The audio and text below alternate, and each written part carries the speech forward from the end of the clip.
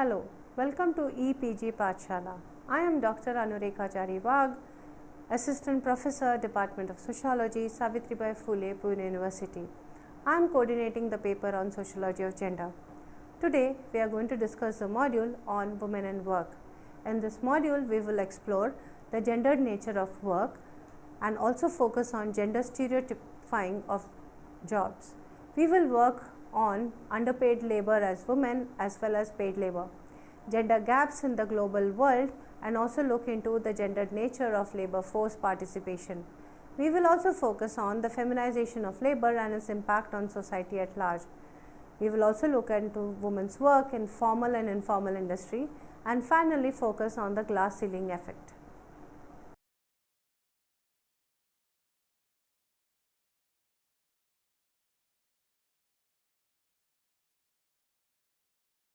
Women and Work. According to the latest 2015 Human Development Report, Rethinking Work for Human Development, work is a means for unleashing human potential, creativity, innovation and spirits. It is essential to make human life productive, worthwhile and meaningful. It enables people to earn a living, gives them a means to participate in society, provides them with security and gives them a sense of dignity. Predominantly work in most societies, both men and women work. However, they perform different chores and tasks which has different impact and outcomes in general. In addition, cultural embeddings play a very crucial role in shaping the very definition of work locally and globally. The social and cultural conditions accorded to women, superstitious belief and religious sanctions, and most importantly overriding patriarchal value system ensures that women continue to remain as dependents for both sustenance and financial support. Men and women have historically been seen as having different tasks in the household and in the paid labor market. Women have been held responsible for taking care of household chores, causing them to work mainly within the confines of their homes. Men, on the other hand, have been more likely to work outside the household for monetary compensation. In the course of the 20th century, these differences have begun to disappear. In recent times, changes are visible, but only in those parts of the world where there have been remarkable changes in the attitude and thoughts as far as women's labor and the contribution to the growth of economy is concerned. These changes involve the way resources like education, employment, equal pay for equal work, and most importantly, safe and secure working conditions are made available to women. Keeping this in mind, in this module, we will explore the gendered nature of work that women do. It will begin with an understanding of ways and reasons for gender stereotyping of jobs globally. Then we will try to understand how women's work remains to be predominantly underpaid as well as unpaid.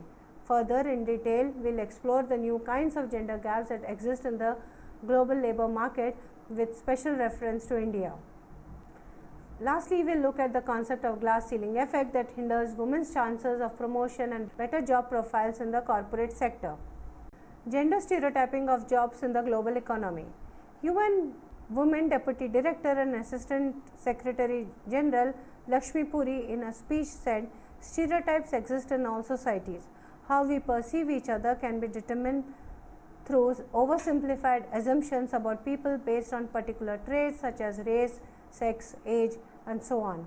They are based on socially constructed norms, practices, and beliefs. They are often cultural, religion-based, and fostered and reflect underlying power relations. Negative stereotypes hinder people's ability to fulfill their potential by limiting choices and opportunities. They translate into practical policies, laws, and practices that cause harm to women on the ground. The effect of this on the mental and physical integrity of women is to deprive them of equal knowledge, exercise, and enjoyment of rights and fundamental freedoms. Stereotypes justify gender discrimination more broadly and reinforce and perpetuate historical and structural patterns of discrimination. Such stereotypes thus lead to increasing gaps within the labor force and curtail women's full participation in global economy. According to the Global Gender Gap Report 2014, the gender gap for economic participation and opportunity stands at 60% worldwide, measured by the difference between women's labor force participation, wages and incomes as compared to men. Globally, women are only 14.6% of the executive officers, 8.1% of the top earners, and 4.6% of Fortune 500 CEOs.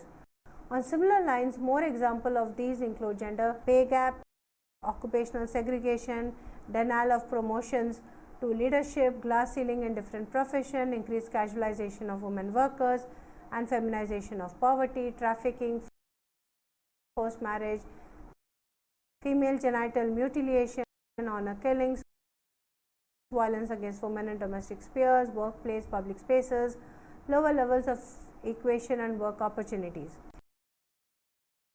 In fact, the paradox is that with better access to education for women, the objective of equal economic opportunities for them hasn't been achieved yet. Reconciliation of family and work remains exclusively male affair. This undermines the family and increases the discrimination of women in the labor market. No country in the world has managed to close the economic participation gap. Women's work as unpaid work. While the dominant understanding of work as productive, work participation rates for women have always remained low as compared to the men counterparts. Even at the ideological level, women are considered as non-working. Women are the bigger workforce and they are more likely than men to undertake unpaid activities, whether economic or non-economic. Women are more likely than men to be involved simultaneously in unpaid care work and in unpaid or low-paid economic activity. More generally, women are less likely than men to be engaged in full-time regular employment as employees in formal sector enterprises, which is the simplest form of work to capture in surveys. Often the work of women is unrecognized by society, their families, and even their own selves. They are instead regarded as homemakers, as not economically active, even though they are engaged in economic work. Following are the areas in which women's contribution as workers is invisible and remains unpaid. Care work. Care work involves nurturing members of the family by doing household work such as cooking, washing clothes, cleaning, collecting of water and fuel, and several other domestic tasks. It simultaneously also involves the subsistence labor of women undertaken by her for her survival of her family and not for the market. Because care work is located within the household, it's considered as labor of love, is essentialized and naturalized, and remains unpaid and invisibilized.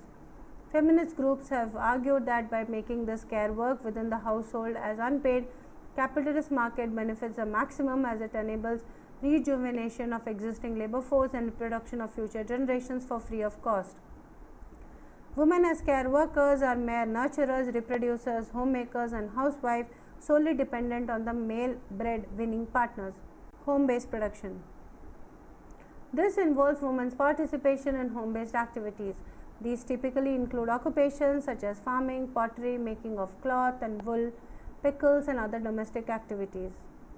These industries are extensively organized by the use of family labor, as it involves flexibility of time and less cost of production. Women's work is productive as it consists of a large chunk of the labor force in these industries, and the labor is unpaid as it is recognized not as work but as part of the domestic duty. This unpaid family labor is also common in modern occupations such as grocery shop, vegetable vendors, etc. It is because of this subsidizing and crucial labor that the women offer within home-based productions that domestic industries survive and sustain. Gender gap in labor workforce participation. Economic empowerment are taken to be one of the indices of empowerment in the status of women. In fact, there are enough number of researchers to be done to prove women's economic independence not only promotes her own self-being but also that of the family, community, and society. The World Bank policy paper on enhancing women's participation in economic development has stated that investing proportionally more in women than in men in education, health, family planning, access to land, imports, and extension is an important part of development strategy as well as an act of social justice. It directly reduces poverty through substantial social and economic payoffs. In particular, in developing world, women continue to form a large majority of the world's working poor, earn less income, and are more affected by long-term unemployment than men. This is due to women's socioeconomic disadvantages caused by gender-based discrimination and the double roles of being a worker and caretaker for the family. Women often have less access to productive resources, education and skills, development and labor market opportunities than many men in many societies. Largely, this is because of the persistent social norms ascribing gender roles which are often slow to change. The segmentation in the labor market leads to two dominant types of gender discrimination. First, wage differentials between men and women, and two, discrimination in terms of concentration of women in particular sectors, mainly primarily, which limits them to do certain kind of jobs in teaching and other care work based industries such as nursing and housekeeping.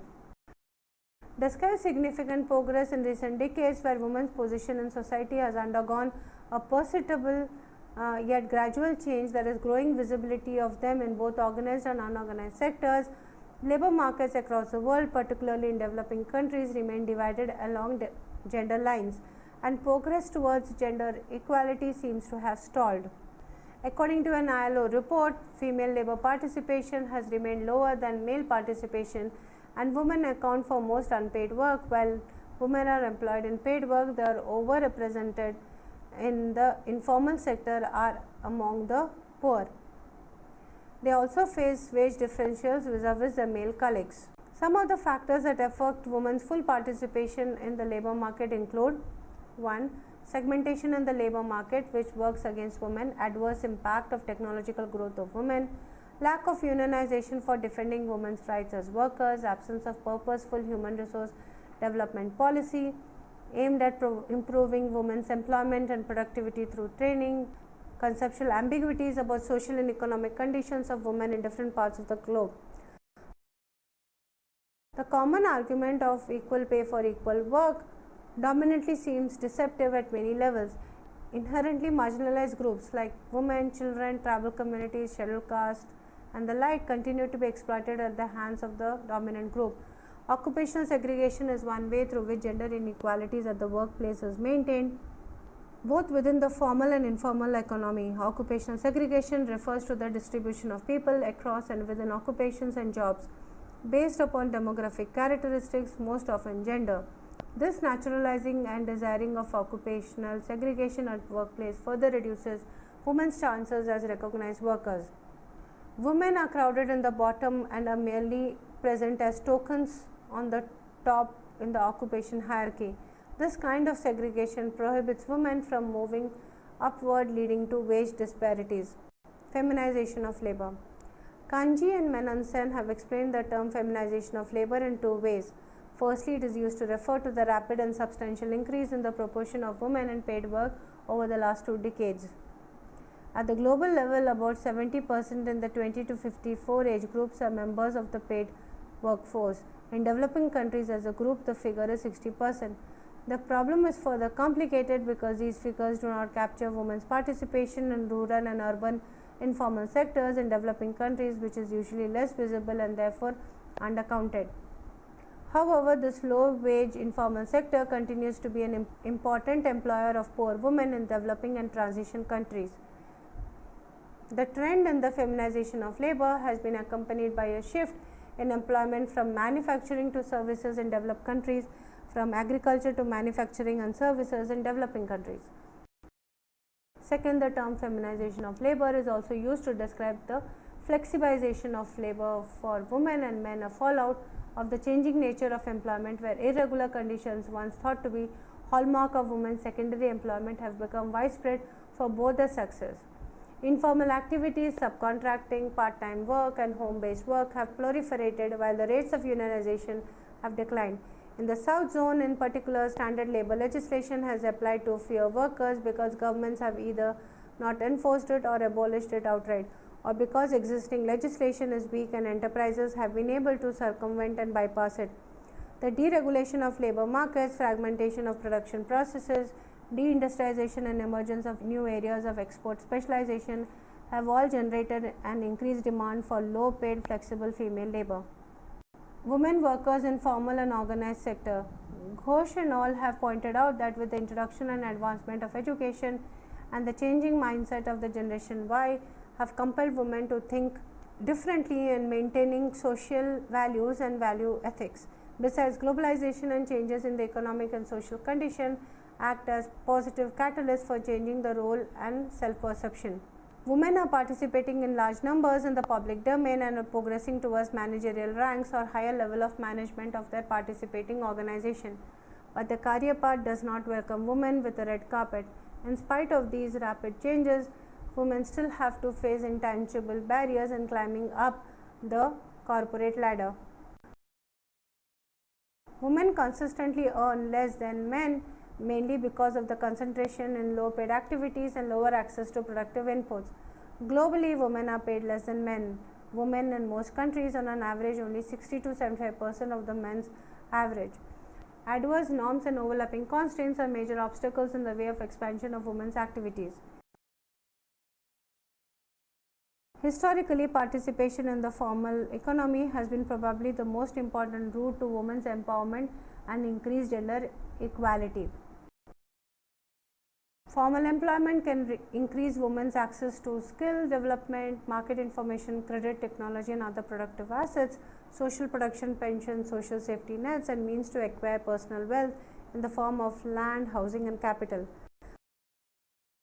The resulting enhancement to a human and economic resource base contribute to higher productivity, economic empowerment and increased economic status, which in turn can lead to higher social status, more power relations with men as well as greater autonomy and negotiating power.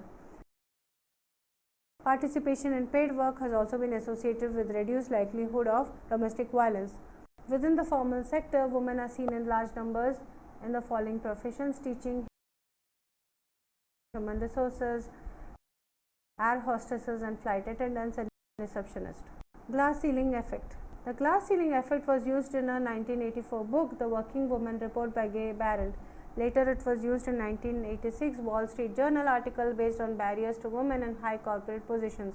As a political term, it is used to describe the unseen yet unbreakable barrier that keeps minorities and women from rising to the upper rungs of the corporate ladders, regardless of the qualifications and achievements.